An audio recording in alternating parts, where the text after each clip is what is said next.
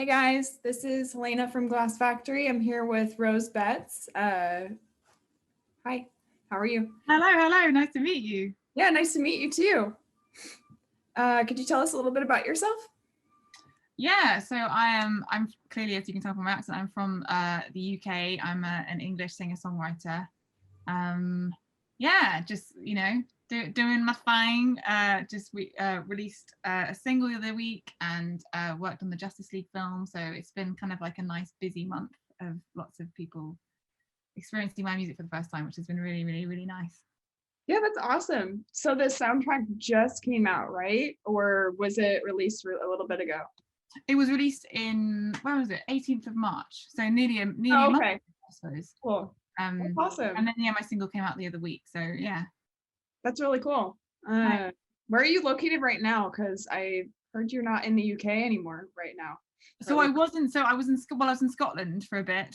And now I've only just come down to London for a little bit to kind of be near civilization. Now that England's opened up again a bit, we're allowed to kind of meet people, and so yeah, it's good to kind of start working with creatives that I know and finishing off things for the album and stuff. So that's why I'm down just outside London. What was your reason for moving to Scotland though? So was it because of COVID or was it for some other reasons? No, it was it was a combination. It was because of COVID. I moved in the summer, so it was after the first COVID, and I'd done the first kind of lockdown in London. And I've got my twin sister lives in Scotland, so she let me kind of camp out at hers.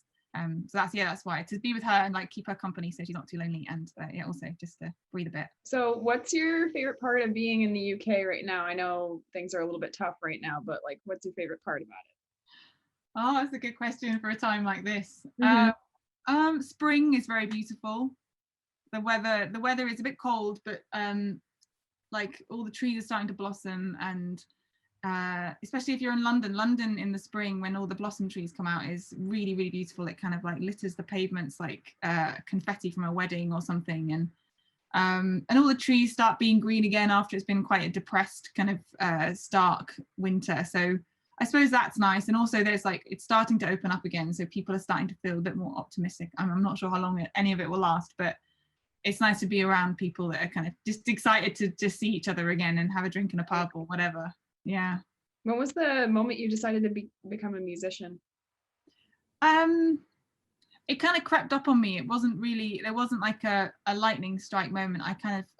I grew up in a really musical, artistic family, and there was always like we sung from a very young age, and there's a piano and loads of instruments in the house.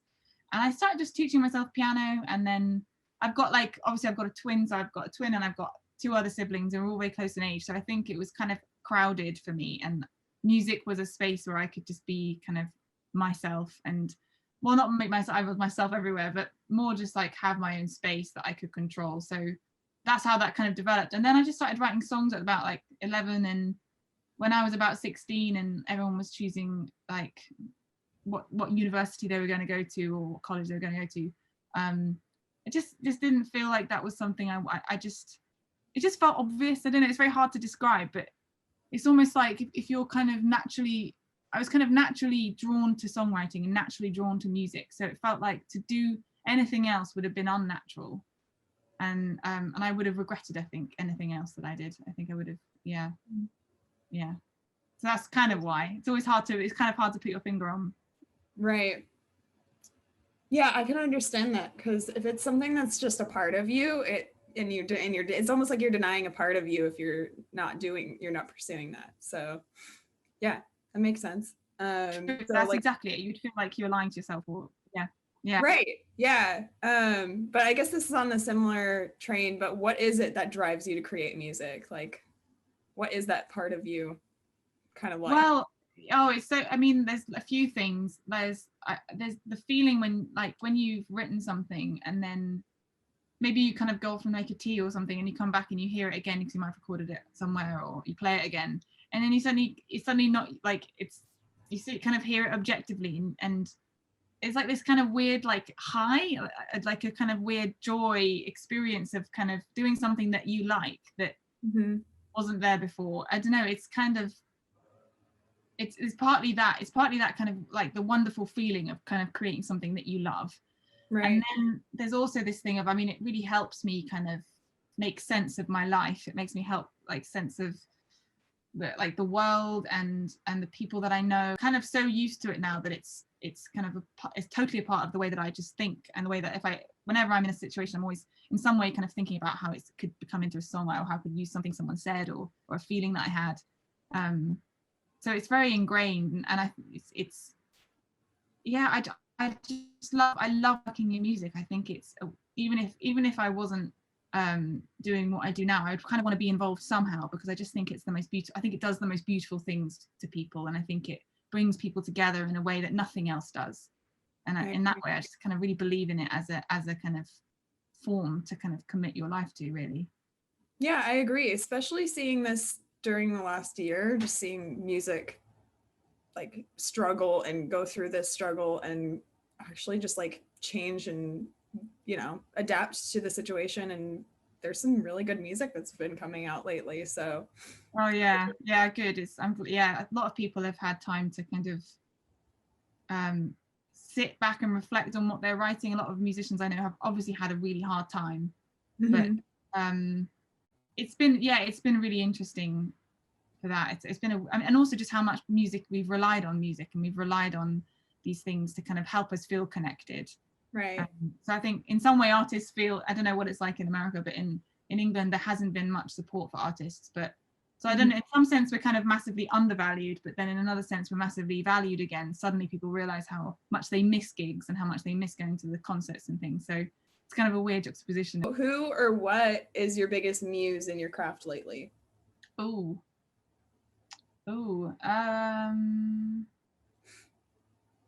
dear. I think it's kind of been a little bit about because of having all this time, I've you kind of feel, and also not having many new experiences because everyone's been kind of locked up. You kind of end up reflecting a lot on your life. So I think my past has been my muse at the moment, and some like past relationships and past friendships and things like that.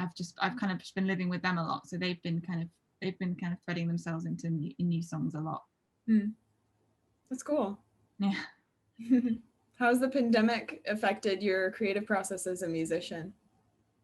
It hasn't really. I mean, it's I was due to move to Los Angeles, and I got a visa approved in May, and so it stopped me from getting there. So that's quite a big impact. But I think because of the nature of being a songwriter, that it's kind of, you have to take yourself off in a sort of lockdown of sorts anyway, right, and have to be able to work on your own without, you know, much momentum coming from anywhere else. So I think I was already pretty kind of hardened to the kind of lockdown life. So it hasn't had a huge creative effect on me. I found it, I mean, it's stagnating. It's probably had a negative effect on my creative life because I've not had anything new to write about, really. And I don't really find writing about a pandemic, for me, that inspiring. But there are artists out there, I'm sure, who'll be able to kind of turn it into something really cool. I just don't have that ability. Yeah. Well, I mean, whether or not it impacted you in a good way, it impacted everybody. So I always figure it's a good question to ask because yeah, it's affected everybody. And it still seems like you're creating a lot of music despite all that. Like you had a few singles in 2020 versus a couple of years ago. So I wanted to go to your soundtrack single, Sound of the Siren, and talk a little bit about that. What was it like, first of all, being chosen for a soundtrack? Oh, it was great. It was such a good day because there was such a long time in between sending in my demo and then hearing about whether it got accepted or not, and then not even knowing what film it was for. So the day that I found out that I got it, I also found out that it was this kind of really big film. So yeah, it was a great day. I just went, my sister, I was with my twin up in Scotland, so she just ran down to the shop and got like some champagne, and we just drank it, and you know, rang my parents when I was probably a little bit too tipsy, and then they they didn't like that very much. But yeah, it was really heady, kind of great celebration. Yeah, definitely. Yeah, that's awesome. I've always wondered what it was like the process behind how you submit for a soundtrack or so on. Could you tell me a little bit more about that? Yeah, sure. I think that it varies a lot. But from what I've gathered from my experience and from other people's that I know, I mean, a lot of it is they're like, they might a company, a film company might approach a label. So in this case, they had a song that they wanted covered, and from what I hear, so I think they reached out to a lot of labels, but it happened to be that I knew the editor on the film, one of the editors. Oh, okay. And yeah, and she, I think, kind of like quite a bit through the process when they were still searching and they kind of hadn't found the right voice yet, she sort of thought of me, and so she asked if I could make a demo, just like everyone else who was doing it, and send it in. So at that point, you kind of, I suppose, you get given a brief in some way, you get given the song. In this case, I didn't know anything about any of it, but and you just kind of send it in like a little bit of an audition tape or something, and you kind of, you just see what happens. But I think it does vary. Yeah, that's really cool. Well, thanks for telling me about that anyways. Even if it varies, it's still pretty informative. Like, I didn't have any idea how that worked. So that was pretty cool to. Oh, thanks. Yeah. So you didn't choose the cover of Sound of the Siren? Okay, so they chose it for you? Yeah, I think that they had, I'm not sure, because the story of the film is that obviously, like, it had an original vision and then that got sidetracked, and then Zach managed to kind of achieve his vision. So I wouldn't be surprised if at the beginning, like 4 or 5 years ago, whenever they started creating this film, that they actually already knew that they wanted that song. It's just the fact that scene didn't end up being realized. So yeah, I think that they probably had the song set for a while. So I had no input in choosing the song at all. No. Yeah, I think it really suits your voice. It was just such a beautiful cover. Yeah, it was a really beautiful cover. So I want to talk a little bit about your latest single, Recovery. And then I just wanted to comment again on your voice. You do have this whole wise beyond your years sound in your voice. So what are some of the experiences that you've had that have driven that sound in your music? Have made me sound really old. What are some of the experiences? I don't know. I think it's really interesting to kind of trace that, because my voice has had change. I mean, I've got demos from when I started recording myself 14 something, and I sound quite like Dido, sound very different. I think I was kind of very airy then. I hadn't kind of learned how to control my voice really. I definitely went through the phase of doing an American accent, like all English people. Yeah, I think that, I mean, it's interesting. I think that experience really does shape the way that you sing. I think it shapes the kind of depth in which you can go to. When my grandmother died when I was 16, that kind of it kind of was like I was seeing that much of the world, and then she died and I kind of went, oh my god, it's this way bigger landscape than I ever imagined. And I think that really kind of was the turning point in my songwriting. And then having having relationships that went wrong, and having troubles within my family, and my sister suffering from various things, and kind of living alongside other people, and through loving them, absorbing their pain and absorbing what they go through, and trying to be present in people's lives, you kind of end up kind of taking on some of those things if you're, I suppose, if you try and be empathetic. So I think that's also informed me a lot. So it's a combination of like personal experience and also that from just what happened to people that I loved in my life. And yeah, it's probably part of it. Yeah, that makes sense. What was the inspiration behind Recovery then? A messy relationship. It was the kind of first real experience of that kind of mess, that kind of internal mess. So I wrote Recovery when I was completely in the middle of that mess, and so it's kind of like the least, not like I kind of, not the other songs aren't real, but it has the least fancy things on it. It's the rawest song I've ever written, because I really did write it in the middle of that moment, and it was totally a way of giving myself time and space to absorb what was going on. I think that often when one is in pain, or something, you're suffering in something, you really just want to get out of it really quickly, and you'll kind of do anything you can to get out of it, which is a very natural instinct. And in that moment, I think I did the opposite to that. I didn't like wallow in it, but I tried to sit with it and kind of figure out what it was, and what was happening to me, and how it felt, and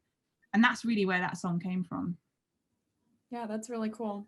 Oh, it sucks that you had to go through that experience to create such a beautiful song, but do you think that has changed your songwriting process and like for the future, or are you gonna still, I don't know, just like keep going at it with the same way? Has that just like changed your message, or? Oh yeah, it's totally changed the way that I write. I wouldn't write. I don't know how many more songs I'll write like Recovery. I suppose I'll have to wait till the next mess comes along. But right. It just, I think when you kind of, it's a little bit like there's a hole and like you're digging as a songwriter, and you're like in the digging of Recovery, I kind of took it to another depth, and it's kind of like, as a result of that, there's kind of a bit more depth in kind of where I'm willing to go as a songwriter, right. And a little bit more honesty. I think I'm less fearful of just kind of laying it out there a bit, because there is an element of that. Of course, you know that the person you wrote about is going to hear it, and it's like excruciating to know that they know it's about them. But at some point, I think I've freed myself of that, and it was probably tied up with writing Recovery, and then like having the confidence to perform it and record it and put it out there. So right. yeah, I think it's widened my landscape even more, and I definitely use everything that I learned from that process in writing every song I write. How do you aim to blur the lines between art, technology, film, and theater in your work? I saw that in your bio, and I thought that was kind of interesting. Oh, I love that kind of thing. I really like it when you kind of take somebody who works in one kind of medium. So you take an artist and then you get them to design costumes for an opera, or you get someone who works in gaming to kind of create a film. I like it when you mix things. And so I think that music is really adaptable to pretty much every art form. So I started I was really interested in virtual technology for a while. And I still am actually. So I started building this kind of a replica of this house that me and my friends lived in North London, this kind of mansion. And I still want to kind of realize it, but it's a huge project. But the idea is that you can kind of use the story, like the things with gaming and with virtual technology, to kind of create a world that is completely kind of dedicated to an album or to a song, and somehow kind of brings out this experience of the music in subtle ways, but can also be a place where people discover new things about you as an artist, or discover things about themselves. So I'm really interested in working with virtual technology. And I've worked with contemporary dance, and it's always just good to kind of take what you do and put it somewhere else and challenge yourself and see how you work with it. And one always like create something interesting out of it. I'm always interested in working on things that aren't obvious. Like I once worked on this, I wrote these like songs for this toy that teaches kids English in China.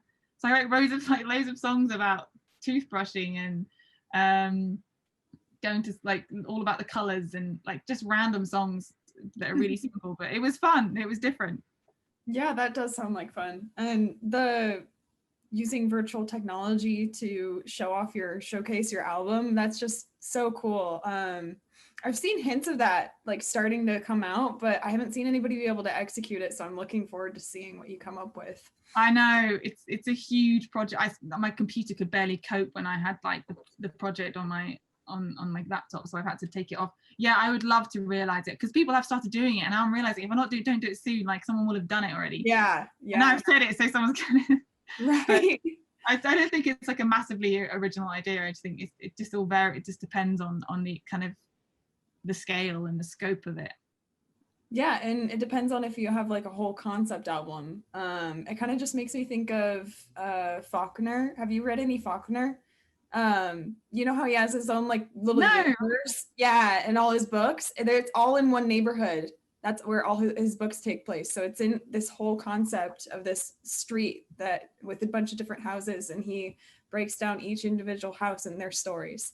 So Oh, I always thought that was cool, and I've been seeing some people do it in the music industry and like create it in their own different ways, whether it's in theater and then technology. That'd be really cool too. So yeah.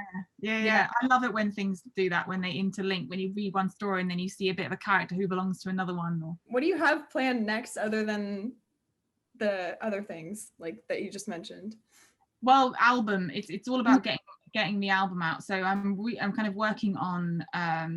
So my label are busy figuring out that, like, just finishing off the mixes on that. We're kind of nearly there. I'm just I've got a friend of mine who's a poet. She's going to be on the album as well. So I'm kind of working with her at the moment. She lives in London, which is kind of why I'm down as well, kind of recording what she's going to bring. So figuring that out, and then also kind of taking a bunch of pictures and trying to just create, I suppose, until I can create the virtual world, creating a kind of real world for people to kind of be welcomed into when I start releasing more music, and some beautiful videos and some live films and all that sort of thing.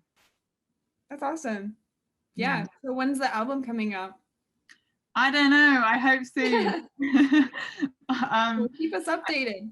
I 100% will. I will trust. I've been waiting for this for like so long. I will never shut up when I know the the day that it's coming out. That's all. I'm gonna just have t-shirts and just tattoo it on my face and just walk around with it. Yeah. Yeah. No, that's really awesome. And then I'm just looking forward to hearing that album. Oh, thank you. Thank you so much. Yeah. So I guess that's all I have for you. But how can we find you, and how can we support you in your craft? Oh, just listen. I mean, obviously people, it's lovely if you want to follow me and all that sort of thing. The labels like numbers, but for me it doesn't matter too much. It's as long as just make a little space for it and see if you kind of find yourself in my music. Just in whatever way people want to engage is lovely, because it's just, that's what the music's there for. It's to be shared. Yeah, I totally agree with that. Cool. Well, it was really nice talking to you. You too.